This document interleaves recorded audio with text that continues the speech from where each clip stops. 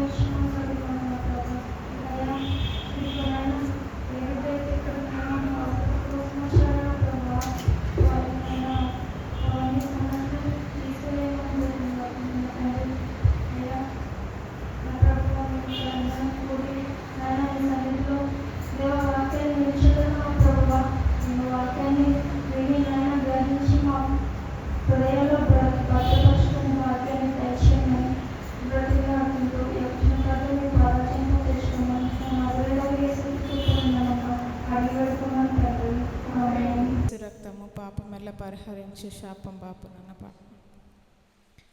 వదగొర్రె పిల్ల యేసు రక్తము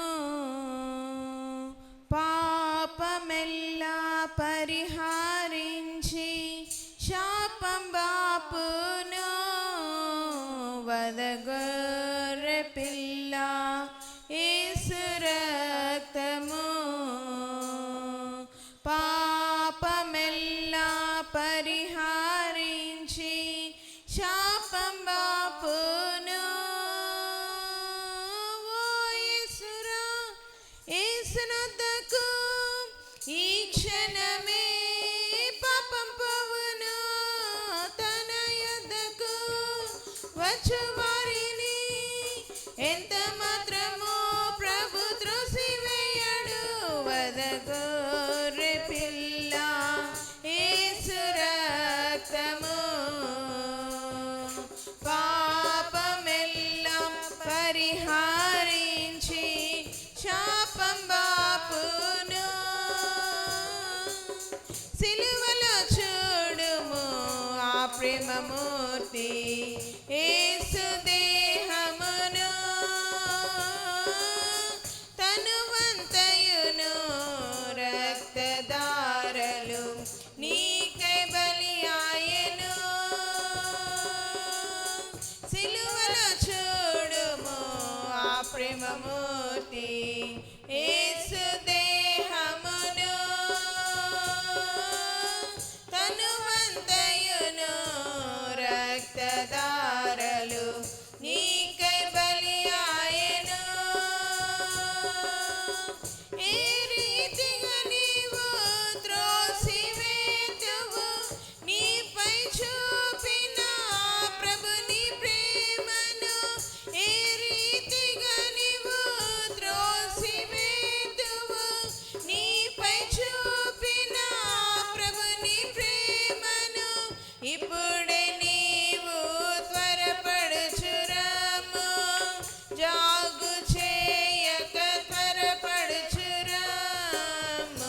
వదగొర్రె పిల్ల యేసు రక్తము పాపమెల్లా పరిహరించి శాపం బాపును. ప్రభుని గాయముల్ స్వస్థపరచును నీవు నమ్మినచో. ప్రభుని ఆత్మ జయమునిచ్చును పాపమంతటిపై. ప్రభుని గాయముల్ స్వస్థపరచును నీవు నమ్మినచో. ప్రభుని ఆత్మ జయమునిచ్చును పాపమంతటిపై. యేసుని రక్తము శక్తి గలది, మరణ దూతయు దాటిపో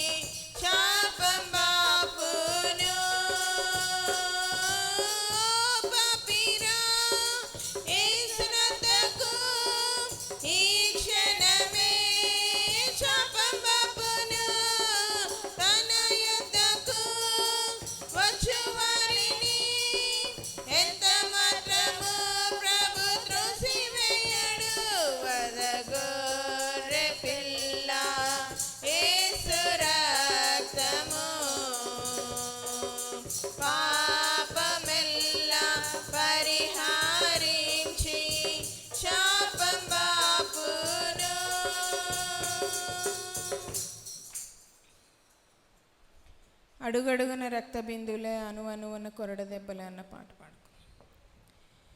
అడుగడుగున రక్త బిందువులే అణువణువున కొరడ దెబ్బలే, అడుగడుగున రక్త బిందువులే అణువణువున కొరడ దెబ్బలే, నా యేసుకు ముండ్ల కిరీటం భుజములపై సిలువ భారం, నా యేసుకు ముండ్ల కిరీటం భుజములపై సిలువ భారం, భుజములపై సిలువ భారం, భుజములపై సిలువ భారం, అడుగడుగున రక్త బిందువులే అణువణువున కొరడ దెబ్బలే, అడుగడుగున రక్త బిందువులే అణువణువున కొరడ దెబ్బలే, సిలువ మోయుచు చేతుల వెంట రక్తధారలే నిన్ను తడిపెను, సిలువ మోయుచు చేతుల వెంట రక్తధారలే నిన్ను తడిపెను, నా ప్రజలారా ఏడవకండి, మీ కోసమే ప్రార్థించండి, నా ప్రజలారా ఏడవకండి, మీ కోసమే ప్రార్థించండి, అడుగడుగున రక్త బిందువులే అణువణువున కొరడ దెబ్బలే, అడుగడుగున రక్త బిందువులే అణువణువున కొరడ దెబ్బలే, కలువరిలోన నీ రూపమే నలిగిపోయెను నా యేసయ్యా, కలువరిలోన నీ రూపమే నలిగిపోయెను నా యేసయ్యా, చివరి రక్త బిందువు లేకుండా మా కొరకై కాచినావా, చివరి రక్త బిందువు లేకుండా మా కొరకై కాచినావా, అడుగడుగున రక్త బిందువులే అణువణువున కొరడ దెబ్బలే, అడుగడుగున రక్త బిందువులే అణువణువున కొరడ దెబ్బలే, మరణము గెలిచి తిరిగి లేచిన మృత్యుంజయుడా నీకు స్తోత్రము, మరణము గెలిచి తిరిగి లేచిన మృత్యుంజయుడా నీకు స్తోత్రము, మహిమ స్వరూపా నా యేసయ్యా, మహిమగా నన్ను మార్చినావా, మహిమ స్వరూపా నా యేసయ్యా, మహిమగా నన్ను మార్చినావా, అడుగడుగున రక్త బిందువులే అణువణువున కొరడ దెబ్బలే, అడుగడుగున రక్త బిందువులే అణువణువున కొరడ దెబ్బలే,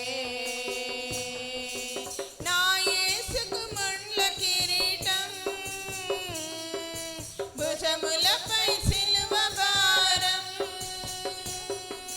నా యేసుకు ముండ్ల కిరీటం భుజములపై సిలువ భారం, భుజములపై సిలువ భారం, భుజములపై సిలువ భారం, అడుగడు అనువనువున కొరడ దెబ్బలే అడుగడుగున రక్త బిందువులే అనువనువున కొరడ దెబ్బలే. నేనెందుకని నీ సొత్తుగా మార్చితివి అన్న పాట.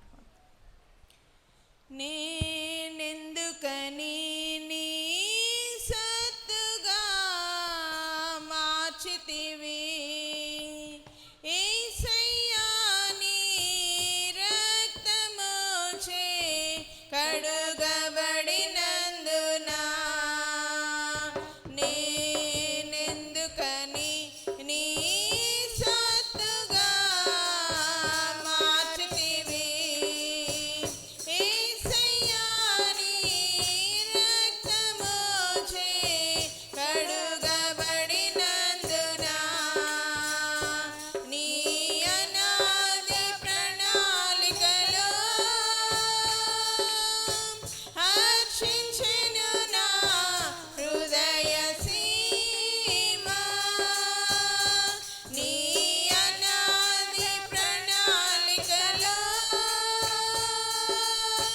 హర్షించెను నా హృదయ సీమ. నేనెందుకని నీ సొత్తుగా మార్చితివి యేసయ్యా నీ రక్తముచే కడగబడినందున. నేనెందుకని నీ సొత్తుగా మార్చితివి. నీ పరిచర్యను తుదముట్టించుటే నా నియమమాయెనే.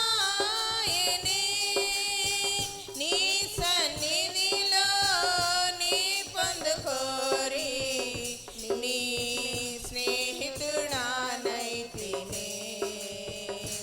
నీ పరిచర్యను తుదముట్టించుటే నా నియమమాయెనే. నీ సన్నిధిలో నీ పొందుకోరి నీ స్నేహితుడానైతినే. ఆహా నా ధన్యత ఓహో నా భాగ్యము ఏమని వివరింతును ఏమని వివరింతును. ఆహా నా ధన్యత ఓహో నా భాగ్యము ఏమని వివరింతును ఏమని వివరింతును. నేనెందుకని నీ సొత్తుగా మార్చితివి యేసయ్యా నీ రక్తముచే కడుగబడినందున. నేనెందుకని నీ సొత్తుగా మార్చితివి. నీ శ్రమలలో పాలొందుటయే నా దర్శనమాయెనే. నా తనువందు నా శ్రమలు సహించి నీ వారసుడానైతినే. నీ శ్రమలలో పాలొందుటయే నా దర్శనమాయెనే. నా తనువందు నా శ్రమలు సహించి నీ వారసుడానైతినే. ఆహా నా ధన్యత ఓహో నా భాగ్యము ఏమని వివరింతును ఏమని వివరింతును. ఆహా నా ధన్యత ఓహో నా భాగ్యము ఏమని వివరింతును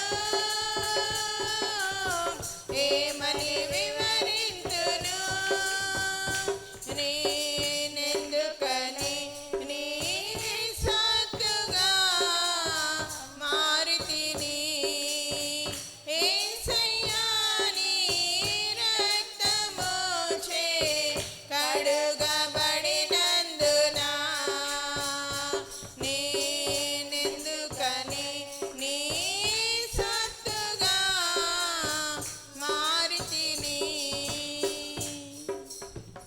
మైంపరిచిన బిడ్డలకు ప్రత్యేకమైన వందనాలు తెలియజేస్తూ ఈ యొక్క సమయంలో ఎవరైనా ప్రత్యేకమైన పాట పాడాలని ఆశ కలిగి ఉన్నట్లయితే సమయాన్ని సద్వినియోగం చేసుకోవాలని మనవి చేస్తూ ఉన్నాం.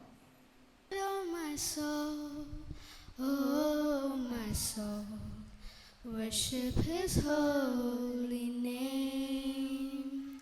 Sing like never before. Oh my soul, I worship Your holy name.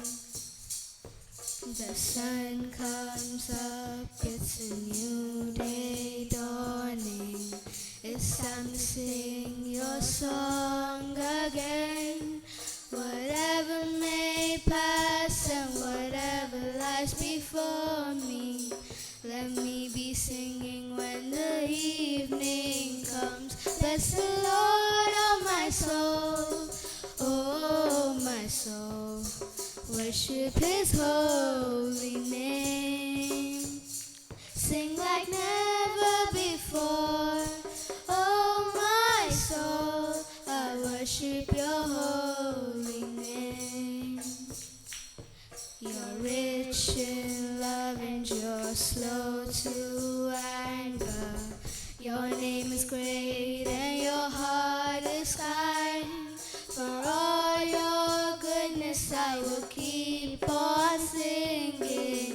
10,000 reasons for my heart to find. Bless the Lord, oh my soul, oh my soul, worship Your holy name.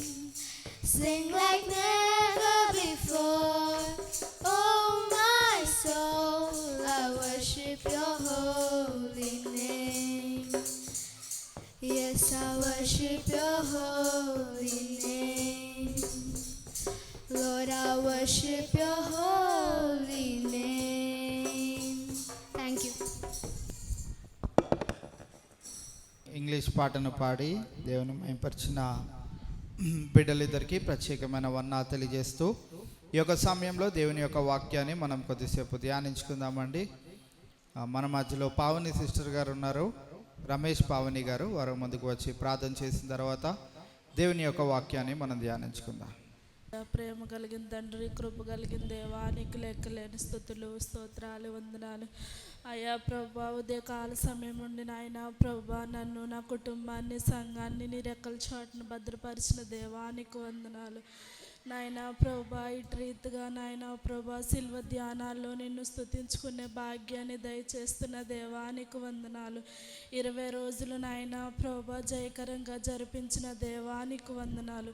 21వ రోజులో నాయన ప్రభ మేము జరుపుచుండగా నాయన ప్రభా పాటలు యందు మహిం పొందిన దేవా నీకు వందనాలు నాయన ప్రభా. దైవజనులు వాక్యం విత్తుబోచుండగా నాయన ప్రభా దానిని మేము విని గ్రహించి నాయన ప్రభా దాని పట్ల జీవించే కృపను మాకు దయచేయమని, ఈ చిన్న స్తుతి ప్రార్థనని పాస్తాన్ని చేర్చుకోమని యేసు నామమున పేరిట అడిగి వేడుకుంటున్నాం మా పరమ తండ్రి, ఆమేన్. పాటు చేయబడిన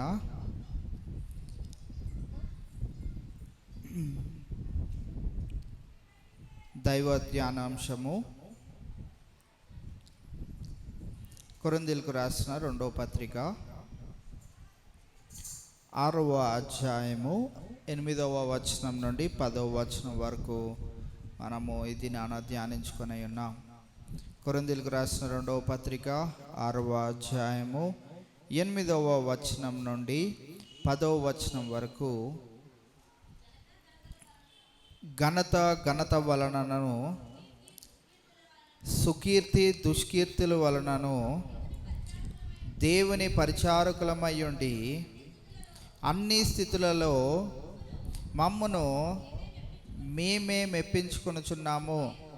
మేము మోసగాండ్రమైనట్లుండి సత్యవంతులము, తెలియబడని వారమై ఉన్నట్లుండి బాగుగా తెలియబడిన వారము, చనిపోవుచున్న వారమైనట్లుండి ఇదిగో బ్రతుకుచున్న వారము, శిక్షింపబడిన వారమైనట్లుండి చంపబడిన వారము, దుఃఖపడిన వారమైనట్లుండి ఎల్లప్పుడూ సంతోషించు వారము, దరిద్రులమైనట్లుండి అనేకులకు ఐశ్వర్యము కలిగించు వారము, ఏమీయు లేని వారమైనట్లుండి సమస్తమును కలిగిన వారము. ఈ యొక్క వచనాలు కనుక మనము క్షుణ్ణంగా గమనించగలిగినట్లయితే, యేసుక్రీస్తు ప్రభువారు మన జీవితంలోనికి వచ్చిన తర్వాత లోకంలో ఉన్న వారికి మనకి కలిగి ఉండేటువంటి ఆ యొక్క వ్యత్యాసము, డిఫరెన్స్, ఇంకా చెప్పుకోవాలంటే ఇంగ్లీష్లో టైటిల్గా ఏమన్నా రాసుకోవాలంటే, what difference make a Christian believer live in this world. అసలు ఒక విశ్వాసి ఈ లోకంలో ఒక ప్రత్యేకింపబడిన వానిగా జీవించడానికి ఏంటిది కారణాలు, లేకుంటే ఎలాగ వీరింత సంతోషంగా ఆనందముగా జీవించగలుగుతూ ఉన్నారు, లేకుంటే వీరికి కలిగిన బాధలే మన జీవితాల్లో కూడా ఉన్నాయి. మనం వీరికంటే బాగానే ఉన్నాం కదా అని లోకస్తులు అనుకున్నప్పటికీ మనం వారికంటే సంతోషంగా ఏ రీతిగా జీవిస్తూ ఉన్నాము అనే విషయాలను ఇక్కడ పౌలు భక్తుడు కొరింథీ సంఘానికి రాస్తూ ఏమని అంటున్నాడు అనే విషయాన్ని మనం చూసినట్లయితే, మొట్టమొదటిగా 8వ వచనంలో మనం చూస్తే, ఘనతల వలనను సుకీర్తి దుష్కీర్తుల వలనను దేవుని పరిచారకులమై ఉండి అన్ని స్థితులలో మమ్మును మేము మెప్పించుకొనుచున్నాము. ఇక్కడ మనము గమనించినట్లయితే, మనము ఇక్కడ చూస్తున్న ఈ యొక్క 8వ వచనంలో మనం ఏం చూస్తూ ఉన్నామంటే, ఘనతల వలనను సుకీర్తి దుష్కీర్తుల వలనను దేవుని పరిచారకులుగా ఉండి అన్ని స్థితులలో మమ్మును మేము మెప్పించుకొనుచున్నాము. చాలా విశేషమైనటువంటి వచనం ఈ వచనం మనకు ఏం తెలియజేస్తూ ఉన్నది అని అంటే, మిమ్మల్ని ఒకరు మెప్పించిన అవసరం లేదు. అంటే అబ్బో మీ లైఫ్ చాలా బాగుందండి అని ఒకళ్ళు అన్న అవసరం లేదు. ఏంటండి ఇంత ఘోరంగా ఉంది మీ జీవితము, ఆ దేవుడిని నమ్ముకుంటే అన్నీ బాగుంటాయి అన్నారు కదా అని మిమ్మల్ని ఒకళ్ళు అన్న అవసరం లేదు. ఒకళ్ళు మిమ్మల్ని మెప్పించిన అవసరం లేదు, ఒకళ్ళు మిమ్మల్ని తగ్గించిన అవసరం లేదు. మనము గమనించినట్లయితే ఇక్కడ పౌలు భక్తుడు సెలవిస్తున్న మాట ఏంటిది అని అంటే, ఘనత అయినా ఘనహీనత అయినా సుకీర్తి అయినా దుష్కీర్తి అయినా ఏది అయినా కానీ, ఎలాంటి పరిస్థితి అయినా మమ్మల్ని నలుగురు చూసి తిట్టుకుంటున్నా, రే ఏంద్రా మీకు ఎన్నిసార్లు చెప్పినా మీరు మారరారా అని మరి మనం అన్యజనుల దగ్గరికి వెళ్ళి ఆ రీతిగా అనిపించుకున్న ఏమవుతున్నా కానీ చివరికి మనం మన గృహానికి వస్తాం కదా, రాత్రి పడుకోవడానికైనా మధ్యాహ్నం తినడానికైనా సువార్త ప్రకటన చేసి మళ్ళీ తిరిగి మన ఇంటికి వచ్చాం అనుకుందాం. మనం ఆ పని చేయట్లేదు కానీ వాస్తవానికి అనుకుందాం, మనము నలుగురికి బోధ చేయాలని వెళ్ళి బోధ చేసి మళ్ళీ మధ్యాహ్నం తినడానికి ఇంటికి వచ్చాం. చాలా చోట్లకి వెళ్ళాం, చాలా చోట్ల అనేకమైన నిందలను మనం అనుభవించాం. అయితే తిరిగి ఇంటికి వచ్చినాక అయ్యా ప్రార్థన చేస్తున్నాం, అయ్యా ఈ దినాన మేము వారి దగ్గర ఎన్ని తిట్లు తిన్నా కానీ, ఎంత అవమానం పొందినా కానీ, ఒకరు మమ్మల్ని కొట్టడానికి వచ్చినా కానీ వాటన్నిటిలో మాకేమీ బాధ లేదు. కానీ ఈ పని చేయడం వలన నీవు మమ్మల్ని ఒకానొక దినాన మెచ్చుకుంటావు చూడు, దానిని బట్టి నీకు కృతజ్ఞతాస్తుతులు మేము చెల్లిస్తూ ఉన్నాం అని చెప్పడంలో ఎంత ఆనందం ఉంటుందో తెలుసా. ఇలాంటి ప్రార్థన మనం ఎప్పుడైనా చేశామా? ఎందుకు చేయలేదు? ఎవరికి చెప్పలేదు కాబట్టి. చెప్పుంటే ఈ ప్రార్థన మనము చేసేవారు. చెప్పలేదు కాబట్టి ఈ ప్రార్థన మనం ఎప్పుడు చేయలేదు. మనకెందుకులే. ఇంకా నాకు తెలిసి ఈ ప్రస్తుత దినాల్లో జరుగుతున్న సంఘటనల వలన ఎందుకురా బాబు మన తల నొప్పి, ఎందుకురా బాబు మనకు వచ్చిన తలకాయ నొప్పి, మనదేదో మనం చూసుకొని వెళ్ళమంటే వెళ్దాము, మానేసి ఇంట్లో కూర్చోమంటే ఇంట్లో కూర్చుందాము అన్న పరిస్థితులు కనుక మనకు ఒకవేళ సంధిస్తున్నట్లయితే, మన మనసులో అలాంటి ఆలోచనలు కనుక వస్తున్నట్లయితే, ఎవరైతే ఇంట్లో ఉండి వాక్యం చదువుకొని ప్రార్థన చేసుకుంటే మాత్రం దేవుడు మనల్ని అంగీకరించడా? ఎందుకులే అనవసరంగా నలుగురితో గొడవ అని కనుక మనం ఆగినట్లయితే ఒక విషయాన్ని మన గమనికలోనికి తేయడానికి నేను ఆలోచన చేస్తూ ఉన్నాను. స్టెఫెన్ అనే ఆయన సువార్త ప్రకటన చేస్తున్నందుకు ఘన స్వాగతం ఏమీ ఆయన పొందుకోలేదు. ఏం పొందుకున్నాడు? రాళ్లతో కొట్టబడి చంపబడ్డాడు. ఎందుకు? దొంగతనం చేశాడా? వ్యభిచారం చేశాడా? నానా విధములైనటువంటి లోకంలో ఉన్నటువంటి దుష్క్రియలను చేశాడా? నలుగురికి 4 మంచి మాటలు, దేవుని మాటలు చెప్పాలని ప్రయత్నం చేశాడు. ఏం చేశారు? దండేశారా? విగ్రహాన్ని కట్టారా? కానీ దేవుడు కట్టాడు. నీ కొరకు నేను ఒక మ్యాన్షన్ని తయారు చేస్తున్నాను, నేను నీ కొరకు స్థలము సిద్ధపరచ వెళ్ళుచున్నాను. ఆ యొక్క ధన్యతను స్టెఫెన్ పొందుకున్నట్లు మనం బైబిల్ గ్రంథంలో చూస్తూ ఉన్నాం. ప్రభువు కొరకు జీవించడము ఈ లోకములో ఒకరి ద్వారా మెప్పు పొందుకోవడము కాదు, కానీ ఒకరి ద్వారా ఇబ్బంది పడుచున్నా, ఒకరి ద్వారా నిందలు పొందుకుంటున్నా, ఒకరి ద్వారా అవమానం పొందుకుంటున్నా యేసుక్రీస్తు ప్రభువారిని చూద్దాం. అందరి గురించి ఎందుకు? యేసుక్రీస్తు ప్రభువారిని ఘనమైనటువంటి ఆహ్వానంలో తీసుకొని వచ్చారు. ఆయన కోరింది ఏంటి అని అంటే, నాకు గుర్రాలొద్దు, రథాలొద్దు, నాకు ఇంకేవో వద్దు, నాకు ఎన్నిక లేనటువంటి గాడిద కావాలి. అది పలానా చోట అది ఉంచబడింది, దాన్ని వెళ్ళి మీరు తీసుకొని రండి. మీరు నన్ను ఎంత ఘనమైన ఆహ్వానాన్ని మీరు నాకు కలుగు చేయాలనుకుంటున్నా కానీ నాకు ఆ గాడిద పైనే రావడం నాకు ఇష్టం. ఘనహీనమైనటువంటి ఆ గాడిద వలె మనము ఉండవలసిన పరిస్థితి ఉంటా ఉన్నది. యేసుక్రీస్తు ప్రభువారిని మనము జాలపైన మోసుకొని ఈ లోకంలో జీవించవలసిన వారమై ఉంటా ఉన్నాం. ఆయన ఆషామాషిగా ఇవ్వడు కిరీటాలు, ఆషామాషిగా ఇవ్వడు బహుమానాలు, ఆషామాషిగా ఇవ్వడు ఆయన రాజ్యములో స్థానము. కష్టపడాలి, శ్రమ నొందాలి. మనం ఈ లోకంలో జీవిస్తున్నప్పుడు మనము మన యజమానుడి దగ్గర, మన కంపెనీల్లో కావచ్చు, ఉద్యోగ స్థలాల్లో కావచ్చు, అక్కడ యజమానుడి దగ్గర మంచి పేరు పొందుకోవడానికి మన స్కిల్స్ డెవలప్ చేసుకుంటూ ఉంటాం. మనకి లేనటువంటి తెలివితేటలను మనం పొందుకునే ప్రయత్నాలు మనం చేస్తూ ఉంటాం. ఈ లోకంలో మరి యజమానుడి దగ్గర మెప్పు పొందడానికి అంత ప్రయత్నం చేస్తున్నట్లయితే, ఈ లోకానికి అధిపతి అయినటువంటి యేసుక్రీస్తు ప్రభువారి దగ్గర మెప్పు పొందాలంటే మనం ఎలాంటి జీవితాన్ని జీవించాలి అనే విషయాన్ని ఇక్కడ మనకి పౌలు భక్తుడు సెలవు ఇవ్వడం మనం చూస్తూ ఉన్నాం. అందుకే ఆయన ఏమంటున్నాడో మనం ఇక్కడ చూస్తే, మేము మోసగాండ్రమైనట్లుండి సత్యవంతులము. మేము బోధించేది ఏంటిది? సత్యము. అయితే లోకమంతా అంటుంది ఏంటి?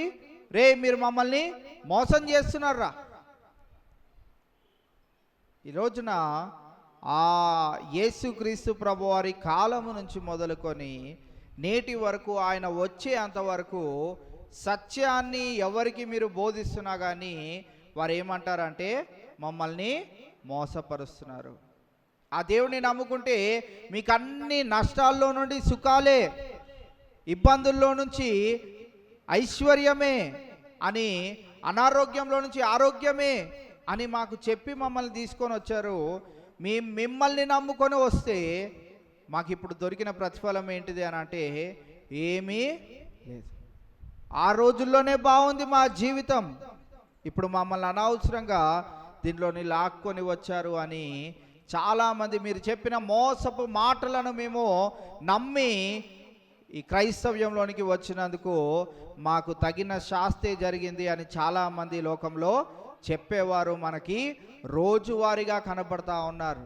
యేసుక్రీస్తు ప్రభువారి కాలంలోనికి కూడా వెళ్తే ఆయన గురించి ఏమన్నారు తెలుసా? ఆయన చనిపోయిన తర్వాత మరి పిలాతు దగ్గరికి కొంతమంది వెళ్ళారు. మత్తయి సువార్త 27వ అధ్యాయము 63వ వచనాన్ని మనం చదివినట్లయితే, మత్తయి సువార్త 27వ అధ్యాయము 63వ వచనం. అయ్యా 62వ వచనం చదువుదాం. మరునాడు అనగా సిద్ధపరచు దినమునకు మరుసటి దినమున ప్రధాన యాజకులు ఆ పరిసయ్యులను పిలాతు వద్దకు కూడి వచ్చి, అయ్యా, ఎవరంట? యేసుక్రీస్తు ప్రభువారికి వీళ్ళు ఇచ్చిన పేరేంటి? అయ్యా వంచకుడు. వంచకుడు అంటే మోసగాడు. ఎవరి గురించి అంటున్నారు మోసగాడని? యేసుక్రీస్తు ప్రభువారిని. యేసుక్రీస్తు ప్రభువారిని వీరు అంటున్న మాట ఏంటి అని అంటే, అయ్యా పిలాతు, ఆ వంచకుడు సజీవుడై ఉండినప్పుడు 3 దినములైన తర్వాత నేను లేచదనని చెప్పినది మాకు జ్ఞాపకం ఉన్నది. అందరూ సిద్ధపడ్డారు. 3వ దినాన తిరిగి లేస్తానన్నాడు. కావాల్సిన బందోబస్తు అంతా మనం తయారు చేయాలి, సిద్ధపరచాలి. మనం ఆయనని ఆ రాత్రిలో నుండి బయటికి రాకుండా ఆయనని భద్రపరచాలి అని ఆయనకిచ్చిన నామము ఏంటిది అని అంటే ఆ వంచకుడు. వారి దృష్టిలో ఆయన 3.5 సంవత్సరాలు చేసింది ఏంటిది అనంటే పరిచర్య కాదు. వారి దృష్టిలో ఏముంది అని అంటే ఆ మోసగాడు మన మధ్యలోనికి వచ్చి మనల్ని మోసపరిచాడు. 3 దినాల తర్వాత లెగుస్తానన్నాడు. అనేకులను మరి లేవనెత్తాడు. అనారోగ్య పరిస్థితిలో ఉన్న వారిని స్వస్థపరిచాను అని, పాపులైనటువంటి వారి కొరకు నేను మరణించుచున్నానని అన్ని మోసకరమైనటువంటి మాటలే ఆయన పలికి వెళ్ళాడు. మన ధర్మశాస్త్రంలో ఎక్కడా లేని మాటలను ఆయన బోధించి వెళ్ళాడు అని ఆయనకు వారిచ్చిన పేరు ఏంటిది అని అంటే వంచకుడు. యేసుక్రీస్తు ప్రభువారిని వారు వంచకుడు అన్న పరిస్థితులను మనం ఇక్కడ చూస్తూ ఉన్నాం. కావున ఈవేళ నిన్ను నన్ను ఒకవేళ ఈ లోకము వంచకుడు, మోసగాడు, మోసమైనది అని మనల్ని అన్నారనుకోండి, మనము బాధపడాలా? బాధపడేవాడు క్రైస్తవుడే కాదు. ఎందుకంటే క్రీస్తు ప్రభువారిని అంటే ఆయన బాధపడలేదు. వారు అంటారు అని ఆయనకు తెలుసు. ఇది మనకి కూడా ఏం తెలుసు అంటే, నీవు గనక ఈ లోకంలోనికి వెళ్ళి సత్యాన్ని బోధిస్తే చాలామంది మనల్ని అనే మాట ఏంటో తెలుసా? మోసగాడు. దేవుడు దీవెనలు ఆశీర్వాదాలు ఇస్తారు అని చాలామంది దైవజనులు చెప్తుంటే, వీడేంటి దేవుడు శాపాలు ఇస్తాడు, నిన్ను నరకంలోనికి తోసేస్తాడు, నీవు సత్య మార్గంలో లేకపోయినట్లయితే నీ దేవుడు నిన్ను పరలోక రాజ్యంలోనికి చేర్చుకోడు, నీకు బహుమానాలు ఇవ్వడు అని ఇలాంటి బోధలు చేస్తున్నాడు ఏంటి అనేవారు చాలామంది లేకపోలేదు. నా 4 సంవత్సరాల జీవిత ప్రయాణంలో ఈ సువార్త ప్రకటనలో నేను 4 సంవత్సరాల్లో అనేక మందిని చూశాను. నా వెనక అనేక మంది ఆ రీతి మాటలను అనుకున్నారు. వీడికి ఎవడ్రా ట్రైనింగ్ ఇచ్చింది? ట్రైనింగే సరిగ్గా తీసుకోలేదు. ట్రైనింగ్ పొందుకోక పోయినోడు ఇలాంటి మాటలే మాట్లాడతాడు. బైబిల్లో దేవుడు అలా మాట్లాడా? అలా చెప్పాడా? అలా అన్నాడా? ఈడవడ్రా అలా అనడానికి అన్నవారు లేకపోలేదు. సత్యము మనల్ని ఏం చేస్తుంది అంటే మాయపరుస్తుంది. సత్యము మనలను సత్యము కాదు, మోసం మనల్ని మాయ చేస్తూ ఉంటుంది. సత్యము మనల్ని స్వతంత్రులుగా చేస్తూ ఉంటుంది. కావున ఈవేళ మనం గమనించినట్లయితే ఇక్కడ మేము మోసగాండ్రమైనట్టుండి సత్యవంతులము. లోకానికైతే మనం ఎటువంటి వారము? వీళ్ళు మోసపరచడానికి వస్తున్నారా? అగో ఆ బ్యాచ్ వస్తుంది, అగో వాళ్ళు వస్తున్నారు. ఎందుకు వస్తున్నారు? మనల్ని మోసపరచడానికి.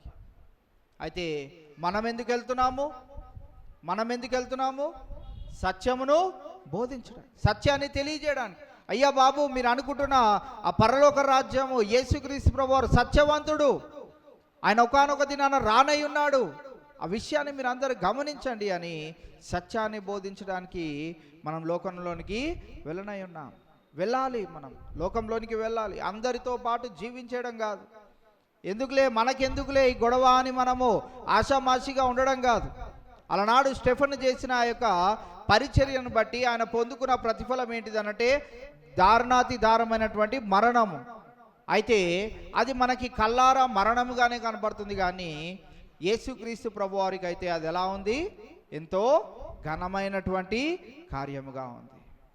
కావున ఈవేళ మనము మన కొరకే మనం జీవించేస్తూ మనకెందుకులే అని మనము గనుక మరి ఆ రీతిగా ఉన్నట్లయితే యేసుక్రీస్తు ప్రభువారి దగ్గరికి వెళ్ళినప్పుడు మనం ఆయన ముంగట తల వంచుకోవాల్సిన పరిస్థితి ఎదురవనై ఉన్నది. మేము మోసగాండ్రమైనట్లుండి సత్యవంతులము. రెండోదిగా మనం చూస్తున్నట్లయితే తెలియబడిన వారమైనట్లుండి తెలియబడని వారమైనట్లుండి బాగుగా తెలియబడిన వారము. మనం గమనించినట్లయితే ఏందయ్యా మీరు మా దగ్గరకు వచ్చారు, ఏం పని లేదా, మీ యేసయ్య గురించి మాకొద్దు అని అంటారే కానీ అందరికీ యేసయ్య అంటే ఎవరో తెలుసు. ఆయన గురించి తెలియని వారు ఎవరు లేరు, కానీ వారు ఆయన గురించి విననొల్లరు. ఎందుకనంటే యేసుక్రీస్తు ప్రభు వారు చెప్పిన మార్గాల్లో చాలా విషయాల్లో వారు పడిపోయి ఉన్నారు, వారు ఆ పాపములో కృంగిపోయి ఉన్నారు గనుక దాంట్లో నుంచి రావడం వారికి ఇష్టం లేదు, గనక వారికి దాంట్లో నుంచి వెలుగులోనికి రావడం ఇష్టం లేదు, గనక చీకటి ఎంతో ఆనందాన్ని కలుగు చేస్తూ ఉన్నది. గనక వారు ఏమంటారు అని అంటే, వారు మాకు ఏమీ తెలియదు, మాకు ఎవ్వరు తెలియదు, మాకు ఎవ్వరి గురించి వద్దు. ఇక్కడ అంటున్న మాట ఏంటిది అని అంటే, మేము ఎలాంటి వారిగా ఉన్నామంటే తెలిసిన వారమే, అందరికీ తెలిసిన వారమే, అందరికీ సుపరిచితులమే, కానీ మీరు ఎవరో మాకు తెలియదు. మీరు ఎప్పుడు మాకు చెప్పారు, మీరు యేసయ్య గురించి మాకు ఎప్పుడు చెప్పారు అన్నట్లుగా అనేక మంది అనేవారిగా ఉంటారు. అయితే మనము వారికి ఈ సువార్తను ప్రకటించవలసిన వారమై ఉన్నాం. మూడవదిగా మనం గమనించినట్లయితే చనిపోవుచున్న వారమైనట్లుండి ఇదిగో బ్రతుకుచున్నము. అంటే గండము ఏదో అంటారు కదా, గండం గడిచిందా, గండం గట్టెక్కిందా,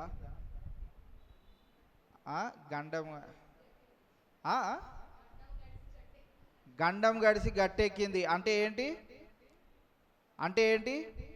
రోడ్డు పైన నడుచుకుంటూ వెళ్తున్నాం, స్పీడ్గా ఒకడు కారులో వెనకాల నుంచి వస్తున్నాడు, పక్క నుంచే వెళ్ళాడు, స్పీడ్గా చెయ్యమని వెళ్ళాడు. వాడి కారు చిన్నగా మన చేతికి దాకి వెళ్ళిపోయింది, ఏం గాయం కాలేదు, మనకు నొప్పి కూడా రాలేదు, కానీ అలా టచ్ చేసి వెళ్ళిపోయాడు. ఏమంటాం వెంటనే, మా బాబోయ్ ఆడు గనక నన్ను గుద్దుంటే ఇక్కడికి అయిపోయేవాడిని, జస్ట్ పక్క నుంచి వెళ్ళిపోయాడు కనుక ఇప్పుడు గండం గట్టెక్కాను. ఇక్కడ వీరి పరిస్థితి కూడా ఎలా ఉందంటున్నాడు, మేము బ్రతికి ఉన్నాము అన్నట్లే, కానీ అనుదినము మా చావు మమ్మల్ని వెంటాడుతూనే ఉంది. ఇక్కడ రాస్తున్న మాట ఏంటంటే చనిపోవుచున్న వారమైనట్లుండి ఇదిగో బ్రతుకుచున్న వారము. యేసుక్రీస్తు ప్రభువారిని అంగీకరించడం వలన లోకంలో ఉన్న వారందరూ రోజు బ్రతకడానికి ప్రయాసపడుతున్నట్లయితే మనము బ్రతికింపబడగడానికి ప్రయాసపడేవారిగా మనం ఉండాలి అని ఈ యొక్క లైన్ మనకి తెలియజేస్తూ ఉన్నది. రోజు మన జీవితం ఎలా ఉండాలి అని అంటే, మరి చనిపోవుచున్న వారము ఈరోజు అయితే బ్రతికిపోయాము అన్నట్లుగా ఉండాలి. ఎప్పుడు ఉంటుంది అలాగా అంటే, ఎప్పుడైతే సత్యాన్ని మనము లోకానికి తెలియజేస్తామో, ఎప్పుడైతే ఈ పనిని మనం జరిగించామో అప్పుడు వరకు మనకి అందరూ బ్రతుకుతున్నట్టే మనం కూడా బ్రతికేస్తూ ఉంటాం, అందరూ గడిపేస్తున్నట్టే మనం కూడా జీవితాన్ని గడిపేస్తూ ఉంటాం. ఇక్కడ మనం చూస్తున్నట్లయితే చనిపోవుచున్న వారమైనట్లుండి ఇదిగో బ్రతుకుచున్నాము. రోమిలకు రాసిన పత్రిక 8వ అధ్యాయము 36వ వచనాన్ని ఒకసారి మనం చదివితే, రోమిలకు రాసిన పత్రిక 8వ అధ్యాయం 36వ వచనం, ఇందును గూర్చి వ్రాయబడినది ఏమనగా, నిన్ను బట్టి దినమెల్లా మేము వధింపబడిన వారము, వధకు సిద్ధమైన గొర్రెలమని మేము ఎంచబడిన వారము. ఎలా ఉంటుందంట పరిస్థితి? నిన్ను బట్టి దినమెల్లా మేము వధింపబడిన వారము. దినమెల్లా రోజు ఎలా ఉందంట, ఈరోజు మమ్మల్ని కట్టేశారు కానీ కొట్టలేదు, వదిలేశారు. రేపు వెళ్ళాం, రేపు సువార్త ప్రకటించాం, రేపు మళ్ళీ కట్టేశారు కానీ కొట్టలేదు, కట్టేశారు కొట్టలేదు, ఒకరోజు కొట్టారు కానీ చావలేదు, కానీ మళ్ళీ సువార్త ప్రకటన చేస్తూ ఉన్నాం. ఇక్కడ వారి గురించి ఏమని తెలియజేస్తున్నాడు అంటే, నిన్ను బట్టి దినమెల్లా మేము వధింపబడిన వారము, వధకు సిద్ధమైన గొర్రెలమని మేము ఎంచబడిన వారము. రోమా సామ్రాజ్యానికి పౌలు భక్తుడు సెలవిస్తున్న మాటలు. మా జీవితం ఎలా ఉంది అని అంటే, మరి మేము వధింపబడిన గొర్రెవలే మా జీవితము దినదినము ఒక గండము గట్టెక్కినట్లుగానే ఉంటా ఉన్నది. క్రీస్తు ప్రభువారిని వెంబడించుటలో, క్రీస్తు ప్రభువారి యొక్క సువార్త, సత్య సువార్త ఈ లోకానికి చెప్పుటలో మన జీవితం ఏ రీతిగా ఉంటుంది అని అంటే, చచ్చిన వారమైనట్లుండి ఇదిగో బ్రతుకుచున్న వారము, వదకు తేబడిన గొర్రెల వలె మనము, అమ్మ ఈరోజు నన్ను వేసేయలేదు, ఈరోజు నేను బ్రతికే ఉన్నాను అన్నట్లుగా క్రీస్తు ప్రభువారితో జీవించడము, క్రీస్తు ప్రభువారి గురించి ఈ లోకానికి చెప్పడం ఆ రీతిగా ఉంటుంది. నాలుగవదిగా మనం గమనించినట్లయితే, శిక్షింపబడిన వారమైనట్లుండి చంపబడిన వారము, చంపబడని వారము. శిక్షింపబడిన వారమైనట్లుండి చంపబడని వారము. చంపబడలేదు కానీ రోజు ఎలా ఉంది? శిక్ష, ఏదో ఒక శిక్ష, ఏదో ఒక అవమానం, ఏదో ఒక గద్దింపు, ఏదో ఒక సమస్య, ఏదో ఒక నింద మనకి ఎదురవుతూనే ఉంటుంది. ఎప్పుడు ఎదురవుతూ ఉంటుంది అంటే, సత్యాన్ని మనము ఈ మోసకరమైనటువంటి లోకానికి మనము తెలియజేసినప్పుడు. ఐదవదిగా మనము గమనించినట్లయితే, దుఃఖపడిన వారమైనట్లుండి ఎల్లప్పుడూ సంతోషించు వారం. అనుదినము సువార్త ప్రకటన చేస్తే దుఃఖమే ఎదురవుతుంది. ఎందుకంటే అంగీకరించని వారే చాలామంది మనకు ఎదురవుతూ ఉంటారు. కానీ దాని యొక్క ప్రతిఫలము ఆ రోజు సాయంకాలం వచ్చి మనం చేసే ప్రార్థన. ఇందాక చెప్పాను కదా, ఎలాంటి ప్రార్థన అంటే, అయ్యా ఈరోజు మేము వెళ్ళి చెప్పాము, మాకు అనేకమైన నిందలు, అనేకమైన అవమానాలు, అనేకమైన మరి బాధలు, శిక్షలు, వీటన్నిటిని తట్టుకొని వచ్చాం. అయినప్పటికీ మేము బ్రతికి ఉండి నీ సువార్తను చెప్పగలిగాం కనుక నీకు కృతజ్ఞతాస్తుతులు అని ఏదైతే ప్రార్థన చేస్తామో, ఆ ప్రార్థన ఎలా ఉంటుంది అనంటే, దుఃఖపడిన వారమైనట్లుండి ఎల్లప్పుడూ సంతోషించు వారము. కొరింథీయులకు రాసిన ఇదే 2వ పత్రిక పక్కన అధ్యాయము 7వ అధ్యాయము 4వ వచనాన్ని మనం చూసినట్లయితే,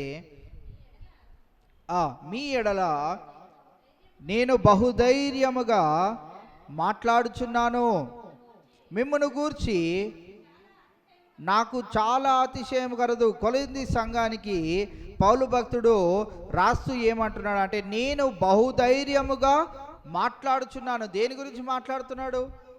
ఏదైనా సినిమా స్టోరీ గురించి మాట్లాడుతున్నాడా? వాళ్ళ ఇంట్లో ఉన్న కష్టాల గురించి మాట్లాడుతున్నాడా? ఆయనకున్న అనారోగ్య పరిస్థితి గురించి మాట్లాడుతున్నాడా? ఆయన పడుతున్న శ్రమల గురించి మాట్లాడుతున్నాడా? దేని గురించి మాట్లాడుతున్నాడు అంటే, సత్యాన్ని గురించి, సత్యమైనటువంటి యేసుక్రీస్తు ప్రభువారి గురించి మాట్లాడుతూ ఏమంటున్నాడు అంటే, మీ ఎడల నేను బహుధైర్యముగా మాట్లాడుచున్నాను, మిమ్మల్ని గూర్చి నాకు చాలా అతిశయము కలదు. మిమ్మల్ని బట్టి, మీరు దినాభివృద్ధి సత్యములోనికి మీరు నడుచున్న విధానాన్ని బట్టి నాకేం కలుగుతుందంటే, అతిశయము కలుగుతుంది, ఆదరణతో నిండుకొని ఉన్నాను. నాకున్న ఆ దుఃఖమంతా తొలగిపోయి నేను ఆదరింపబడిన స్థితిలోనికి రాగలిగాను. తర్వాత మాట మనం చూసినట్లయితే, మా శ్రమ అంతటికి మించిన అత్యధికమైన ఆనందముతో ఉప్పొంగుచున్నాము. మా శ్రమ అంతటికి, చేసిన పరిచర్య అంతటికి చివరిగా రాత్రి వారికి ఎలా ఉందంట? మించిన అత్యధికమైన ఆనందముతో ఉప్పొంగుచున్నాం. అబ్బా, ఈరోజు ఒక్కరికి వెళ్ళి యేసుక్రీస్తు ప్రభువారి గురించి తెలియజేశాను, ఎంత ఆనందంగా ఉంది. అందుకే మీరు ఇబ్బందికరముగా లోకంలోనికి వెళ్ళి మీరు సువార్త ప్రకటన చేయమని యేసుక్రీస్తు ప్రభువారు చెప్పలేదు. దానికి కూడా ఒక క్రమాన్ని ఇచ్చాడు. యూదాలో చెప్పండి, ముందు యూదా అంతా బాగానే ఉంటే పక్కన దేశాలకి వెళ్ళండి, పక్కన ఉన్న రాష్ట్రాలకి వెళ్ళండి, సమరయాకి వెళ్ళండి. సమరయ అంతా బాగుపడిన తర్వాత అప్పుడు సంగతి ఎక్కడికి వెళ్ళాలి? బూది గంతాల వరకు. మనము చాలా జాగ్రత్తగా ఈ యొక్క సువార్తను, ఈ పనిని మనము ప్రారంభించాలి. మీకు ఆనందం ఉంటుందో లేదో తెలియదు, కానీ ఒక నశించిపోతున్న ఆత్మ రక్షింపబడినట్లయితే పరలోక రాజ్యంలో ఏముంటుందంట? మహా ఆనందం, మహా ఆనందం. ఇక్కడ పౌలు భక్తుడు కూడా ఆనందం ఎరిగిన వాడై ఇక్కడ ఏమంటున్నాడంటే, రోజంతా శ్రమ పడ్డానేమో కానీ శ్రమకు ఒక్క ఆత్మ రక్షింపబడకపోయినా నేను సజీవుడుగా ఉండి దేవుని పని చేయగలిగాను గనుక దానిని బట్టి నేను దేవునికి కృతజ్ఞతాస్తుతులు చెల్లిస్తూ నా సంతోషాన్ని వ్యక్తపరుస్తా ఉన్నాను. అందుకే ఏమంటున్నాడు? దుఃఖపడిన వారమైనట్లుండి ఎల్లప్పుడూ సంతోషించు వారము, దరిద్రులమైనట్లుండి అనేకులకు ఐశ్వర్యము కలిగించు వారము. మేమైతే దరిద్రులుగానే ఉన్నాం, మేమైతే ఏమీ ఆశపడట్లేదు, కానీ అనేకులకు ఎలా ఉంటుందంట? ఐశ్వర్యాన్ని ఇచ్చేదిగా ఉంటుంది. అందుకే యేసుక్రీస్తు ప్రభువారు ఈ లోకంలోనికి వచ్చి తన ప్రాణాన్ని అప్పగించుటలో మనం ఏం చూస్తూ ఉన్నామనంటే, ఆయన ఐశ్వర్యవంతుడై ఉండి ఆయన ఈ లోకంలోనికి దరిద్రునిగా వచ్చాను. ఆ వచనాన్ని ఒకసారి చదువుకుందాం. కొరింథీయులకు రాసిన 2వ పత్రిక 8వ అధ్యాయం 9వ వచనం. మీరు మన ప్రభు అయిన యేసుక్రీస్తు కృపను ఎరుగుదురు కదా. ఆయన ధనవంతుడయుండి, ఆయన ఎవరాయన? యేసుక్రీస్తు ప్రభువారు ధనవంతుడయుండి మీరు తన దారిద్రము వలన, ఆయన దారిద్రతలోనికి రావాల్సి వచ్చిందా? దరిద్రుడేనా ఆయన? ఆయన దరిద్రుడా? రావాల్సి వచ్చిందా? కావలసి వచ్చింది. ఇక్కడ రాయబడుతున్న మాట, ఆయన ధనవంతుడయ్యుండి మీరు తన దారిద్రము వలన, ఆయన చూసిన ఆ శ్రమ అంతటి వలన 33.5 సంవత్సరాలు ఆయన పరిచర్య జీవితంలో ఆయన కలిగిన ప్రతి ఒక్క బాధ, వేదన, మరి శిక్ష, చివరికి సిలువలో తన ప్రాణాన్ని, మరణాన్ని జయించడానికి పెట్టడంలో మనం ఏం చూస్తూ ఉన్నామంటే, మన దారిద్రతను ఆయన తొలగించడానికి ఇక్కడ మనం చూసినట్లయితే, మీరు తన దారిద్రత వలన ధనవంతులు కావాలనని. మనము ఎటువంటి వారము? దరిద్రులము, ఆయన ధనవంతుడు. అయితే ఏం చేశాడు? ఆయన లోకంలోనికి వచ్చి మన దరిద్రతను అంతటిని, మన మురుకంతటిని ఆయన మోపి, ఆయన పైన వేసుకొని, ఆయన దరిద్రుడిగా మార్చబడి మనల్ని ఏం చేశాడు? ధనవంతులుగా చేశాడు. కావున మనం ఇక్కడ గమనించినట్లయితే, మీరు తన దారిద్రము వలన ధనవంతులు కావాలనని మీ నిమిత్తము ఏమయ్యాడు? ఆయన దారిద్రుడాయను. అందుకే ఇక్కడ మనం చూసినట్లయితే మన పాఠ్యాంశంలో ఏమంటున్నాడు? దరిద్రులమైనట్లుండి అనేకులకు ఐశ్వర్యము కలిగించు వారము. అందుకే పంది ముందు ఏమేయొద్దన్నాడు? ముత్యాలు దేనికి సాదృశ్యంగా ఉన్నాయి? ఆ వచనంలోనే మనం చదివితే మనకు అర్థమవుతుంది. ముత్యాలను పంది ముందు వేయకూడదు అనడానికి గల కారణం ఏంటిది అనంటే, పంది లాంటి స్వభావం కొంతమందికి ఉంటుంది. ఎంత స్నానం చేయించండి పందికి, దానికి ఆనందం అంతా ఎక్కడ? మురికిలోనే. ఎంత శుభ్రమన చేయండి, నీకు మంచి క్లినిక్ ప్లస్ షాంపూ పెట్టి, సంతూర్ సబ్బు పెట్టి నీకు రుద్దుతానే కాస్త తెల్లగా అవుతావు అని నువ్వు ఎంత తీసుకొని వచ్చి దానికి ఎంత రుద్దినా కానీ అది మళ్ళీ ఏమంటుంది అంటే, నువ్వు స్నానం చేయించావు కానీ నేను వెళ్ళి ఎక్కడ ఉంటాను? ఆ మురికి కాలువలోనే నేను ఉంటాను. ఆ వాసనే దానికి సువాసన, ఆ మురికే దానికి ఆనందము.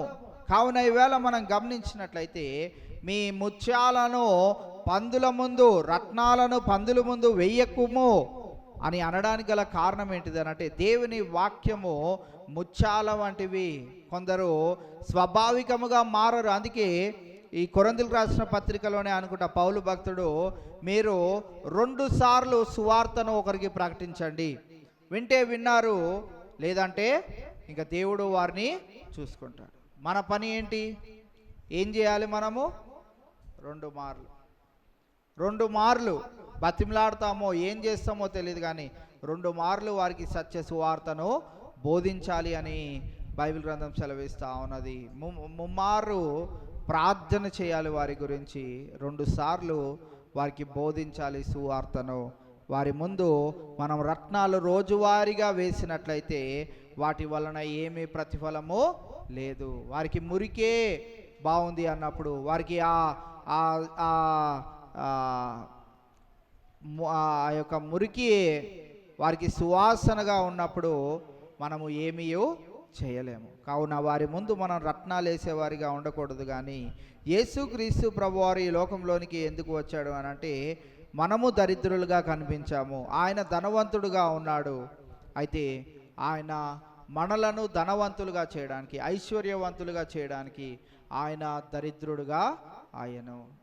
మనము చిత్రహింసలు పెట్టబడవలసిన వారము, ఆయన పొందుకొని ఉన్నాడు. మనము సిలువకు అప్పగింపబడవలసిన వారము, ఆయన ఆ శిక్షకు అర్హుడుగా ఈ లోకానికి వచ్చి ఆయన దరిద్రుడుగా మనందరి కొరకు ఆయన మరి శిక్షను అనుభవించినట్లుగా మనం చూస్తూ ఉన్నాం. కావున ఈవేళ దరిద్రులమైనట్లుండి అనేకులకు ఐశ్వర్యము కలిగించు వారము, చివరిగా ఏమీ లేని వారమైనట్లుండి సమస్తమును కలిగిన వారు. ఏమి లేనట్లే ఉంటాం, కానీ ప్రతి ఒక్క ఔషధ దేవుడు అద్భుత రీతిగా తీర్చేస్తూ ఉంటాడు. ఎలా తీరుస్తాడో, ఏం చేస్తాడో, ఎక్కడి నుంచి రప్పిస్తాడో, ఎలాగా ఆయన మార్గం తెరుస్తాడో ఏమీ మనకి అర్థమే కాదు. ఈ సమయంలో రత్నం గారి సాక్ష్యం నాకు గుర్తొస్తుంది. చాలామంది నా జీవితాల్లో చాలా ఉన్నాయి, కానీ నేను చాలాసార్లు చెప్పుకుంటూనే వస్తూ ఉన్నాను. వాళ్ళ కుమారుడు ఫిజియోథెరపీ చేయడానికి జాయిన్ చేయడానికి కోర్స్ ఏమో లక్షల్లో ఉన్నది. మన స్థితిగతులు అవి కానే కాదు. దేవుడు ఎలాంటి ఏర్పాటును దయచేశాడో చూడండి.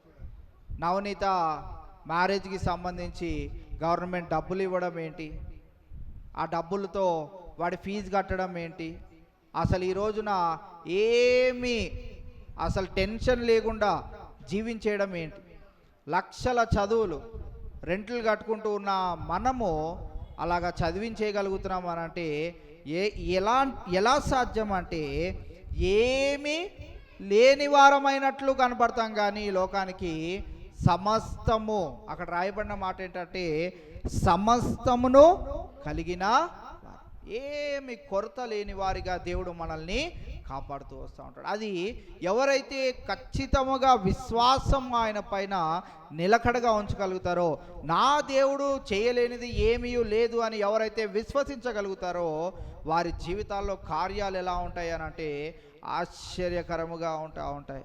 నా జీవితంలో ఎన్ని అంటే చెప్పలేను. దేవుడు ఎక్కడి నుంచి ఎలాగా సహాయము చేస్తూ ఉంటాడో, ఎలాగా వారిని ఆయన యందు నమ్మిక ఉంచిన వారిని బలపరుస్తూ ఉంటాడో అసలు చెప్పలేము. చెప్పనా సఖ్యము లాంటి కార్యములను అనేకమైనవి మనము ఆయనలో చూస్తూ వస్తున్న వారమే. కొన్ని కార్యాలు మనం అనుకున్నప్పుడు వెంటనే జరగవు, కానీ అద్భుత రీతిగా ఒకానొక దినాన దేవుడు దానికి ప్రతిఫలాన్ని దయచేసినప్పుడు, నేను అప్పుడు చేసిన ప్రార్థన నేను మర్చిపోయాను కానీ నా దేవుడు మర్చిపోలేదు అని మనకి గుర్తొస్తూ ఉంటుంది. అందుకే కొంతమంది సాక్ష్యాలు కొన్ని సంవత్సరాల తర్వాత చెప్తా ఉంటారు. ఈ సాక్ష్యము ఎప్పుడో చెప్పాలని నేను ఆశపడ్డాను, దేవుడు ఇన్ని సంవత్సరాల తర్వాత ఆ కార్యాన్ని జరిగించి ఇప్పుడు చెప్పడానికి దేవుడు అద్భుత రీతిగా నన్ను నిలవబెట్టుకున్నాడు. ఇక్కడ మనం చూసినట్లయితే ఏమీ లేని వారమైనట్లుండి సమస్తమును కలిగిన వారు, ఉన్న దాంట్లో ప్రతి విషయమును బట్టి సంతోషిస్తూ మనం జీవించవలసిన వారమై ఉన్నాం. కావున ఈవేళ మనం గమనించినట్లయితే చివరిగా ఒక వచనాన్ని చదువుకొని ముగించుకుందాం. రోమిలికి రాసిన పత్రిక 8వ అధ్యాయం 32వ వచనాన్ని మనం చదివితే, రోమిలికి రాసిన పత్రిక 8వ అధ్యాయం 32, దేవుని చేత తన సొంత కుమారుని అనుగ్రహించుటకు వెనుక తీయక మన అందరి కొరకు ఆయనను అప్పగించిన వాడు ఆయనతో పాటు సమస్తమును మనకు ఎందుకు అనుగ్రహింపడు? ఇక్కడ వేస్తున్న ప్రశ్నను మనం గమనించినట్లయితే, తన సొంత కుమారుని అనుగ్రహించుటకు వెనుక తీయక మనందరి కొరకు ఆయనను అప్పగించిన వాడు ఆయనతో పాటు సమస్తమును మనకి ఎందుకు అనుగ్రహింపనీయడు? ఎందుకు అనుగ్రహింపడు? మనం అడిగిన ప్రతి ఒక్కటి ఎందుకు ఇవ్వకుండా ఉంటాడు? కొద్దిపాటి ఆలస్యము చేసి, కొద్దిపాటి పరీక్షలు పెట్టి, కొద్దిపాటి మరి దేవునికి ఘనత తెచ్చే విధంగా మన మనసులను, హృదయాలను మార్చి సంపూర్తిగా ఆయన వైపు తిరిగి ఆయనకు ప్రార్థన చేస్తూ విశ్వాసంలో నిలకడగా ఉంటూ కార్యసిద్ధి జరిగించుకున్నంత వరకు మనం ఓపికతో ఎందుకు ఉండలేము? ఆయన కుమారుణ్ణి మనం అడిగామా? అయ్యా, ఈ పాపం అంతా మా పై నుంచి పోవాలి, దీన్ని తీసే అని మనం అడిగామా? ఆయనే ఆలోచన చేశాడు. వీళ్ళకి ఏం తెలియదు, అజ్ఞానులు, దరిద్రులు, ఎంత చెప్పినా వినరు, పాపులు అని ఆయనే ఒక ఆలోచన చేసి, ఇలా కాదు, నా సొంత కుమారుణ్ణి వీరందరి కొరకు నేను పంపిస్తాను అని ఆలోచన చేసి తన సొంత కుమారుని అనుగ్రహించుటకు వెనుక తీయక, అరే అనవసరంగా వీళ్ళ కొరకు పంపించానే, లేదు లేదు లేదు, నా కుమారుడు ఇలా చిత్రహింసలు పెట్టబడడం నేను తట్టుకోలేకపోతా ఉన్నాను, ఇంత మూర్ఖపు మనుషులేంటి వీరు అని యేసుక్రీస్తు ప్రభువారిని కనుక హఠాత్తుగా అక్కడి నుంచి అక్కడికి ఆయనను తీసుకొని వెళ్ళిపోయి ఉంటే, ఒకసారి మనం చూస్తాం కదా, యేసుక్రీస్తు ప్రభువారు తన శిష్యులను వెంట పెట్టుకొని కొండ మీదకి వెళ్ళినప్పుడు అక్కడ దర్శనములో ఒక రూపములో మోషే అలాగే ఏలియా కనపడడం మనం చూస్తూ ఉంటాం. ఆ సందర్భంలో వారిద్దరు అంటారు శిష్యులు, అయ్యా నీకొకటి, మోషేకొకటి, ఏలియాకొకటి మేము గుడ్లు కట్టేస్తాము, అక్కడ పూజించేసుకుంటామంటే వెంటనే వాళ్ళు అప్పటికప్పుడు మాయమైపోయారు. ఎక్కడికి వెళ్ళిపోయారో తెలియదు. వీళ్ళిద్దరిని దేవుడు పడేశాడు. వారిద్దరు ఎక్కడికి వెళ్ళిపోయారో కూడా తెలియదు. యేసుక్రీస్తు ప్రభువారు కూడా ఒక నూతనమైన దర్శనము, ఒక నూతనమైన వెలుగులో వారికి ప్రత్యక్షమైనట్లు మనం చూస్తూ ఉన్నాం. అయితే వెంటనే వారు మూర్ఛిల్లడము, వారు వెళ్ళిపోవడము, యేసుక్రీస్తు ప్రభువారు యథావిధిగా మానవ రూపిగా ఉండడము మనం గమనిస్తూ ఉన్నాం. కావున ఈవేళ మనం గమనించినట్లయితే ఆయన అక్కడికక్కడ తన కుమారుని తీసుకొని వెళ్ళిపోవాలనుకుంటే మొట్టమొదటి కొరడా దెబ్బ పడకముందే ఆయనను అక్కడి నుంచి అక్కడికే తీసుకొని వెళ్ళిపోయేవాడు. కానీ ఆయన మన కొరకు బలిగా అర్పించడానికి వెనకాడనప్పుడు నీ జీవితంలో సమస్తమును కలిగించడానికి ఆయన ఎందుకు వెనకాడతాడు? ఆయన ఎందుకు నీ ప్రార్థన ఆలకించకుండా వెనక తీసుకుంటాడు? ఏ దేవుడు పెట్టే చిన్న పరీక్షను మనం తట్టుకోలేమా? ఏ దేవుడు చిన్న విధముగా మనల్ని ఇబ్బందికరమైనటువంటి సిచ్యువేషన్లోనికి తీసుకువెళ్ళి మనల్ని మళ్ళీ సరైన త్రోవలోనికి తీసుకొని వచ్చినప్పుడు మనం ఎందుకు కాస్త ఓపిక పట్టలేమా? ఎందుకు పాపపు స్వభావంలోనే మనం ఉంటున్నామని ఆయన బాధపడుతూ, సరేలే ఇప్పుడు నా బిడ్డలను చిన్న మరి పరీక్షను గుండా నేను తీసుకొని వెళ్తాను, ఈ పరీక్ష గుండా ఆయన నన్ను వారు అంగీకరించగలుగుతారేమో, నా యందు విశ్వాసం ఉంచగలుగుతారేమో అని దేవుడు చిన్నపాటి ప్రయత్నం చేస్తున్నాడని మనం ఎందుకు అనుకోకూడదు? కావున ఈవేళ మనం చూసినట్లయితే ఇక్కడ రోమిల్కి రాసిన పత్రికలో ఏమంటున్నాడో మనం చూసాం కదా, వెనుకాడక, వెనుకంజు వేయక నా కుమారుని అప్పగించినప్పుడు సమస్తము ఇవ్వడానికి ఆయన ఎందుకు వెనగంజు వేస్తాడు?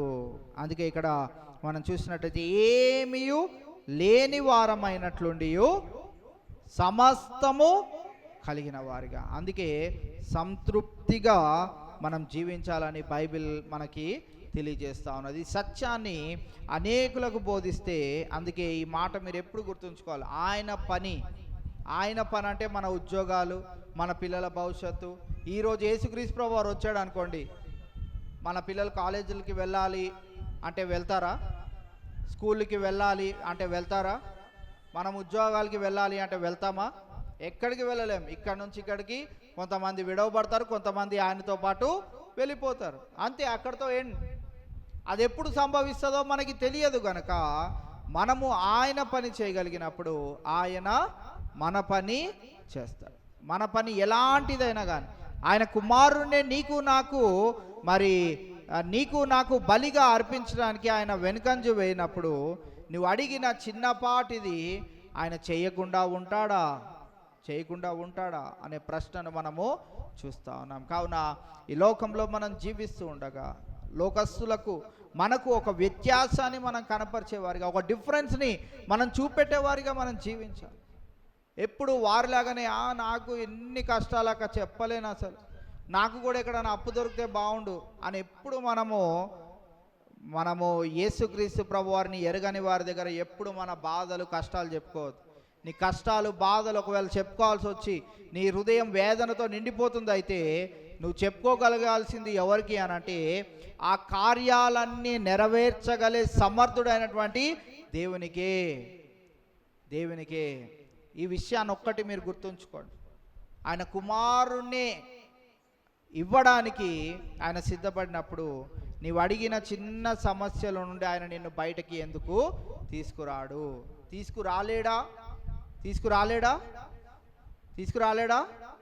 తీసుకురాగలుగుతాడు. ఆయన చేయలేనటువంటిది ఏమైనా ఉందా? ఏమీ లేదు. నువ్వు అడిగిన దానికంటే ధారాళముగా ఇవ్వగలిగిన దేవుణ్ణి మనం ఆరాధిస్తూ ఉండగా మనము ఈ లోకంలో ఉన్న వారితో ఏ రీతిగానూ కంపేర్ చేసుకోకుండా మనం ఒక ప్రత్యేకింపబడిన వారిగా, వారి ముందు ఎప్పుడు మన దుఃఖాన్ని కనపరచకుండా మన దుఃఖమంతా మన దేవుని దగ్గర, మన మొరలన్నింటినీ దేవుని దగ్గర మనం అర్పించుకునే వారిగా ఉన్నప్పుడు వారి సమస్యలను కూడా మనం తీసుకొని మేము కూడా మీ గురించి ప్రార్థన చేస్తాం. మాకే సంతోషాన్ని అయితే దేవుడు ఇచ్చాడో అదే సంతోషాన్ని మీకు కూడా ఇవ్వాలి అని మేము మీ గురించి ప్రార్థన చేస్తామని వారికి చెప్పేవారిగా మనము ఉండాలి. మన కష్టాలు దేవునికి, మన సంతోషం అంతా లోకంలో ఉన్న వారికి. ఎందుకు అనంటే మన దేవుడు ఘనత నొందాలి. ఈ లోకంలో ఉన్నవారు మరి తగ్గించబడే స్థితిలోనికి మనము కూడా తగ్గింపబడాలి, ఆయన హెచ్చింపబడాలి. అది బాప్తిజం ఇచ్చి యోహానే చెప్పాడు. అంత వంటి వారము మనము కాదు, అంత భక్తిపరులం మనం కాదు, అంత త్యాగపూరితమైనటువంటి జీవితం మనది కాదు. మనము హెచ్చింపబడడానికి ఆశపడకుండా మా ఆయన హెచ్చింపబడాలి, మనము తగ్గించబడాలి. అటువంటి పరిస్థితుల్లో మనం ఉంటూ లోకానికి వేరుగా మనం జీవిస్తూ ప్రత్యేకింపబడిన వారిగా మనం జీవించే ప్రయత్నము నిరంతరము చేయనట్టు పరిశుద్ధాత్మ దేవుడు మనకు ఆ రీతి సహాయాన్ని దయచేయనుగాక. చివరి ప్రార్థన చేసుకుందాం. దయచేసి అందరం కళ్ళు మూసుకుందాం, తలలు వంచుదాం. చివరి ప్రార్థన చేసుకుందాం. మన మధ్యలో ఉన్న సిస్టర్ సుమజ గారు వచ్చి చివరి ప్రార్థన చేస్తారు. 10th క్లాస్ ఎగ్జామ్స్ రాసిన బిడ్డల కొరకు ప్రార్థన చేద్దాం. రాస్తున్న ఎగ్జామ్స్ కొరకు కూడా ప్రార్థన చేద్దాం. ఇంటర్మీడియట్ ఎగ్జామ్స్ రాసిన బిడ్డల కొరకు, ఎంట్రన్స్ ఎగ్జామ్స్ కొరకు ప్రిపేర్ అవుతున్న బిడ్డల కొరకు, అలాగే మే మీటింగ్స్లో రాబోయే దైవజనులు రెవరెండ్ పసుల జయప్రకాష్ గారి కొరకు, వాతావరణం కొరకు, మ్యూజిషియన్స్ కొరకు, సాంగ్స్ ప్రాక్టీస్ చేసే బిడ్డల కొరకు, అరేంజ్మెంట్స్ చేసే ప్రతి ఒక్కరి కొరకు, అన్ని విషయాల్లో దేవుడు మాత్రమే ఘనత నొందినట్లుగా వీటన్నిటి అంశాల నిమిత్తమై మన మధ్యలో ఉన్న సిస్టర్ సుమజ గారు వచ్చి చివరి ప్రార్థన చేస్తారు. దాని తర్వాత కూడికను మనం ముగించుకుందాం.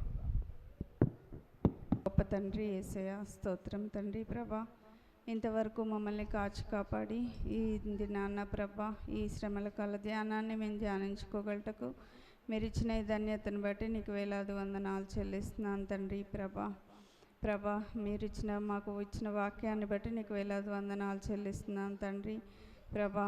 ఏమిచ్చినా ప్రభా మీ రుణం తీర్చుకోగలం తండ్రి ప్రభా. మన ప్రతి విషయంలోనూ మాకు సంతోషాన్ని ప్రభానైనా ఏ దుఃఖ పరిస్థితుల్లోనూ ప్రభానైనా మీరు మమ్మల్ని లేవనెత్తుతున్న ప్రతి విషయాన్ని బట్టి నీకు వేలాది వందనాలు చెల్లిస్తున్నాను తండ్రి ప్రభా.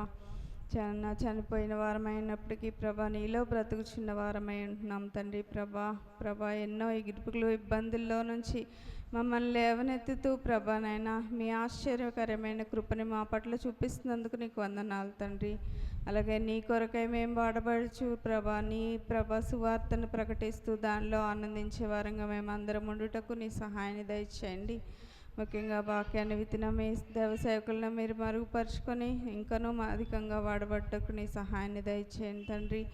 ఈ కూడిక ముగించుకొని చుండగా మా ప్రార్థనలన్నీ మీరు సఫలపరుస్తున్నందుకు నీకు వందనాలు చెల్లిస్తున్నాను తండ్రి.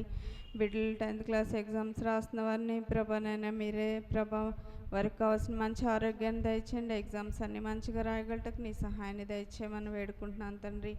అలాగే ప్రభానైనా బిడ్డలందరూ ప్రభానైనా ఎంతోమంది ఎగ్జామ్స్ రాయిచుండగా వారందరికీ కావాల్సిన ఆరోగ్యాన్ని దయచేయండి. తెలివిని జ్ఞానాన్ని అనుగ్రహించి ప్రభా మీరే నడిపించమని వేడుకుంటున్నాను తండ్రి. ఎండలు తీవ్రత ఎక్కువ వచ్చిండగా ప్రభానైనా చిన్నపిల్లల నుంచి వృద్ధుల వరకు ప్రభా కావాల్సిన మంచి ఆరోగ్య శక్తి బలాలు దయచేయమని వేడుకుంటున్నాను తండ్రి. ప్రభా అలాగే ప్రభానైనా మేము మీటింగ్స్ గురించి ప్రార్థించున్నాం తండ్రి. రాబోచున్న సేవకుల్ని మీరే ప్రభా ఆత్మతో అభిషేకించి ప్రభా మాకు కావాల్సిన జీవాహారాన్ని మేము పొందుకోగలటకు నీ సహాయాన్ని దయచేయండి తండ్రి. ప్రభా మేము హృదయపూర్వకంగా కూడికల్లో పాల్గొని ప్రభా నీ మేలుని చూడగలటకు నీ సహాయాన్ని దయచేయండి తండ్రి. నా ఆత్మలు రక్షింపబడటకు నీ సహాయాన్ని దయచేయమని వేడుకుంటున్నాను తండ్రి. ప్రభా అలాగే ఆ రోజు ఫస్ట్ సెకండ్ థర్డ్ జరగబోయే మీటింగ్స్లో ప్రతి ప్రోగ్రాంలో మీరే తోడుగా ఉండండి. మీ నామాన్ని మేము గణపరిచేవారంగా ఉండటకు నీ సహాయాన్ని దయచేయమని వేడుకుంటున్నాను తండ్రి.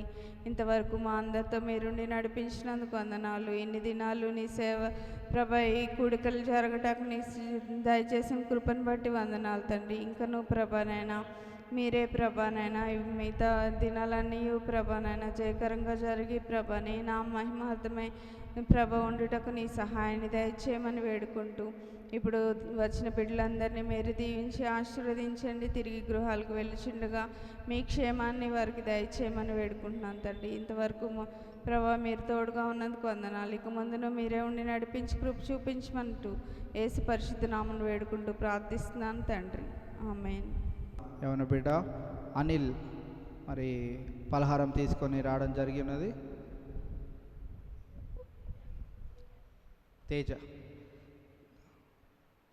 తేజ మన మధ్యలో ఉన్నారు. వారు మనకి పలహారం తీసుకొని వచ్చున్నారు. దయచేసి మీరు అందరూ పలహారం తీసుకొని వెళ్ళాల్సిందిగా మీకు మనవి చేస్తూ ఉన్నాను. రేపటి దినాన తిరిగి యథావిధిగా సాయంకాలం 7:30 గంటలకు కూడికలో మనందరం పొందుదాం.